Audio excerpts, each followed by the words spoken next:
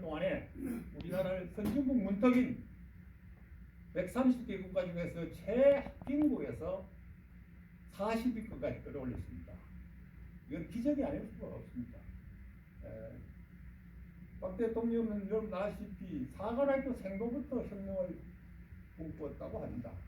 나는 군인이 되어서 군사 쿠데타를 해서 정권을 잡아서 이 나라를 새로운 나라로 만들어야겠다. 국민의 의식이 게으른 국민의 의식을 바꾸고 나라를 개조하고 제조해서 새 나라를 만들어야 되겠다. 내가 목숨을 걸겠다. 내 목숨을 나라에 바치겠다. 이렇게 시작한 겁니다. 그런데 이것을 물론 뭐 정통성이 없습니다. 헌법을 유리하고 구태타를 했지만은 신현학 국무총리나 여러 선각자들은 얘기합니다. 자기의 사리 사욕을 가지고 한 것이 아니고 목숨을 걸고 나라를 반듯하게 세우겠다는 의미로서 한 쿠데타는 정통성이 있다. 정통성이 있다. 이렇게 인정을 하고 있습니다. 저는 박정희 대통령은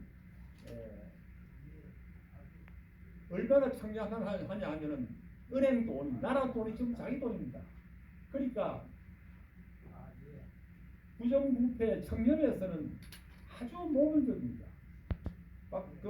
청와대에 이발소가 있는데 이발소 박성욱 이발사가 얘기합니다. 박정희 대통령은 항상 올 때마다 런닝서스에 구멍이 뚫어졌다.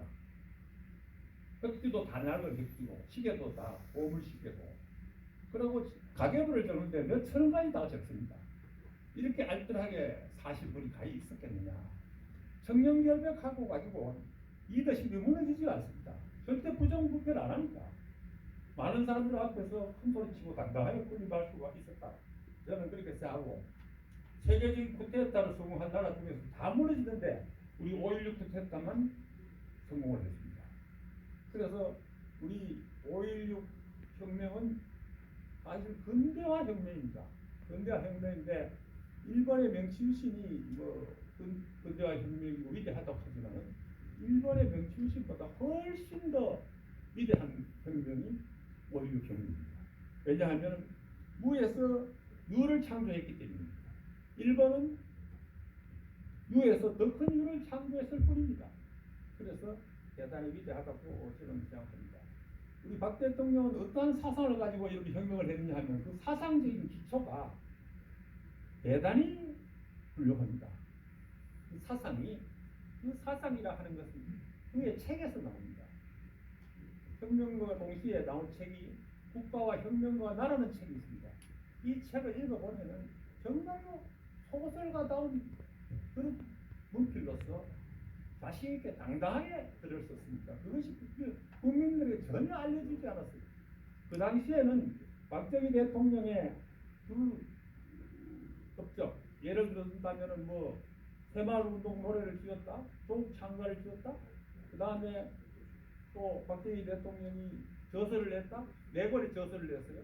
저도 그 책을 못 읽었습니다. 그 당시에 저서를 냈다. 또 우리나라의 제철 산업 선박 또는 반도체, 또 전자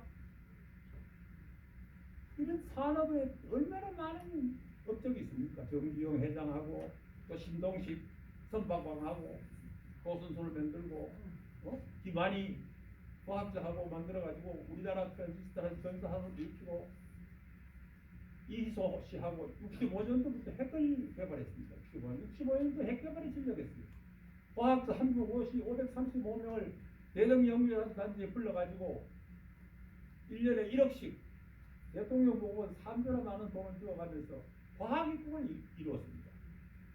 과학기술부를 만들고 경제기술을 만들고 농촌개발원을 만들고 이런 모든 창조하고 혁신하고 만들고 창조해서 우리나라를 만드는 거 아니냐.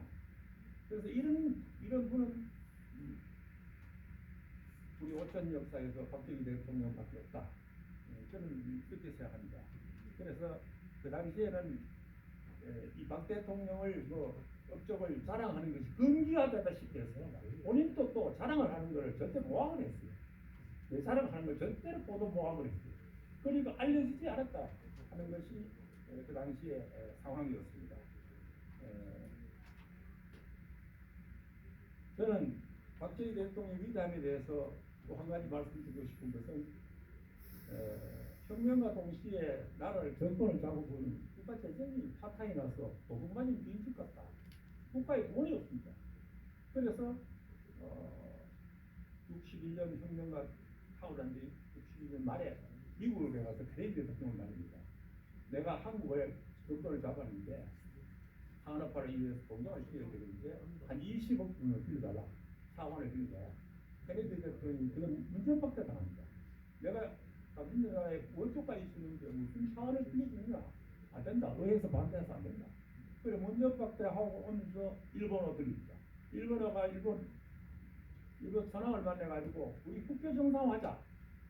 국교 정상화해서 전쟁 배상금 내놔라. 그렇게 협상해서 전쟁 배상금 8억을 받습니다. 물론 유상무상이 있습니다.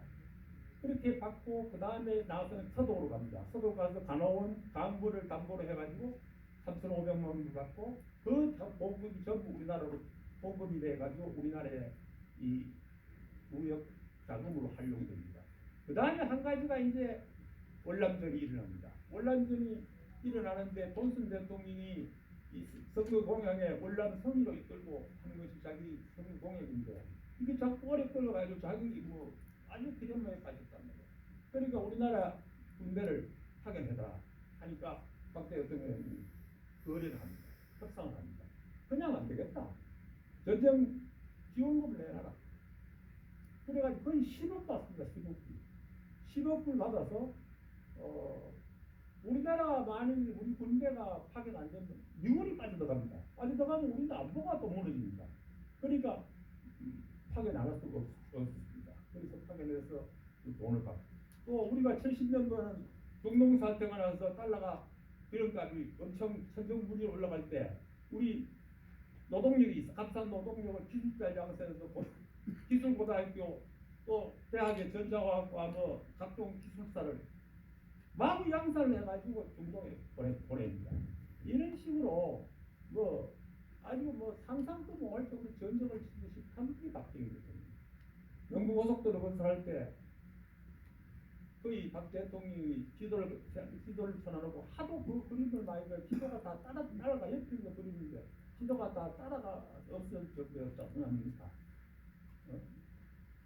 조선 사업할 때 정주영 회장하고 피나는 노력 또 제철 산업할 때 여러 가지 기사들 이런 걸 생각해보면 정말 눈물 나는 일이 한두 가지가 아닙니다. 특히 우리가 돈이 없어서 이 돈을 많이 외국에서 받아와서 기업체에다가 기업체 능력 있는 기업에 돈을 나눠줍니다. 능력 있는 걸 선발해가지고 돈을 나눠주고 무역을 해라. 공장을 지을 명칭을 정하고 사업관리는 어떻게 하겠다. 뭘 해라 하는 것 전부 다 박정희가 정해줍니다. 정해주면 그걸 가지고 기업가들이 무역을 해가지고 우리나라를 업그레이드 시켰습니다. 그러니까 박정희 대통령이 일일이 다 그림을 그리고 진두지휘를 했다. 그런 거 아닙니까? 그래서 우리나라가 이만큼 발전되는 거 아닙니까? 우리가 중화공 할 때도 사실상 할때 산업을 7년 만에 이룩한 거 기적입니다. 이것도 방위산업을 위해서 북한의 이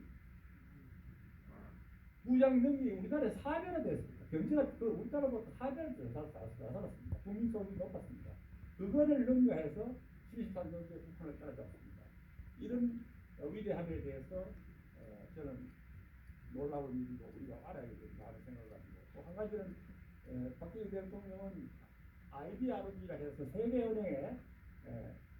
세계은행에 대해서 황병태 그 당시 차관 전문가를 보내가지고 유진불의 통제가 이해가는 이거를 바꿨습니다. 바꿔가지고 협상을 해서 차관을 받아오는 이런 것이 됐습니다. 이런 거는 있습니다만 다 얘기할 수 없고 어쨌든 박정희 대통령은 사람이 아니고 신이다. 아니 신이다. 이런 정도 우리가 모셔야 안 되겠느냐. 특히 한 가지 마지막으로 말씀드리고 싶은 것은 박정희 대통령이 핵을 76년도에 완성을 했습니다.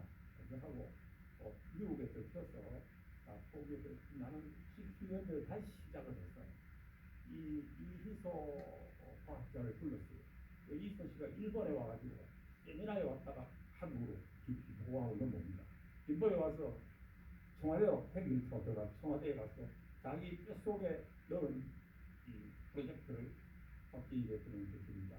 이 두 가지 바로 그 자리에서 이사가 준비되기 때문에 바로 수술합니다. 그걸 빼내가지고 핵 개발을 착수해서 사실상 완성이 됐습니다. 그런데 카터가 와가지고 박정희 대통령이 더 이상한 얘기 안 하겠습니까?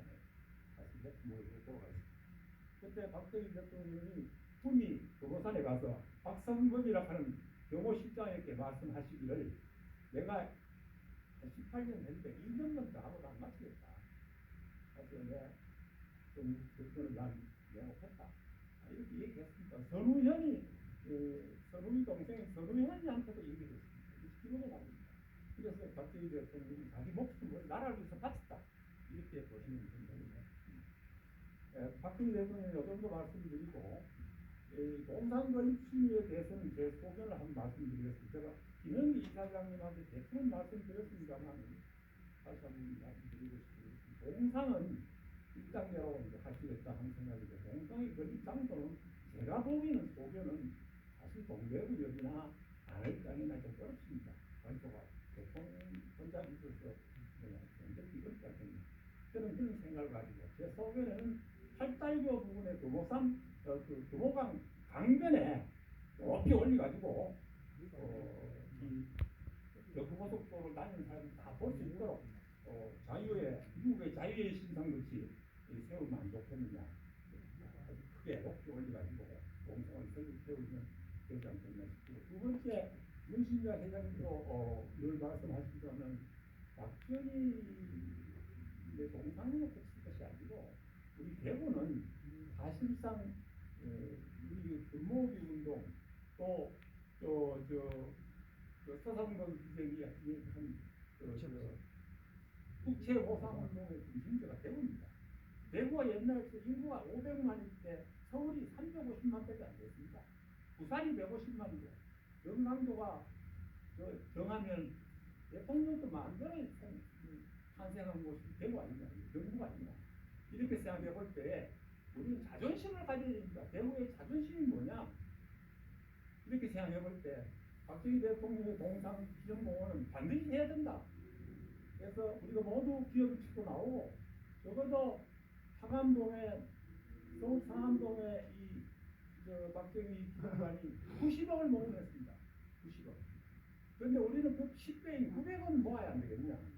그렇게 하려면 기업체가 나와서 쓰고 모두 언론이나 쓰고 또 여기에 이 하락기 대구시장님, 홍준표 시장님 나서야 되고 역대 도지사, 역대 대구시장 다 나서야 되면 여기 들어와야 됩니다. 들어와서 이것이 한 덩이가 돼서 대구의 자존심을 찾자, 명예를 찾자, 이런 방향으로 가야 안 되냐? 저는 이렇게 하고 여기에 관여된 사람들이 많이 있습니다. 과거에 박정희 상암동에 모금할 때 신문을 읽어본 사람, 또 군이 역사관 자료화를 만들고 관장을 한 분, 김영만이라든지 손으로라든지 이런 사람을 하려고 하면 안 되겠냐. 지금 저는 김 공동대표님 열심히 잘하고 계신다고 생각합니다. 그래서 김영기 이사장님을 중심으로 해서 뭉쳐서 잘하면은 여러분들이 협조하고 잘하면은 반드시 성공할 수 있지 않느냐. 그런 생각하면서 제 얘기를 마치겠습니다. 감사합니다.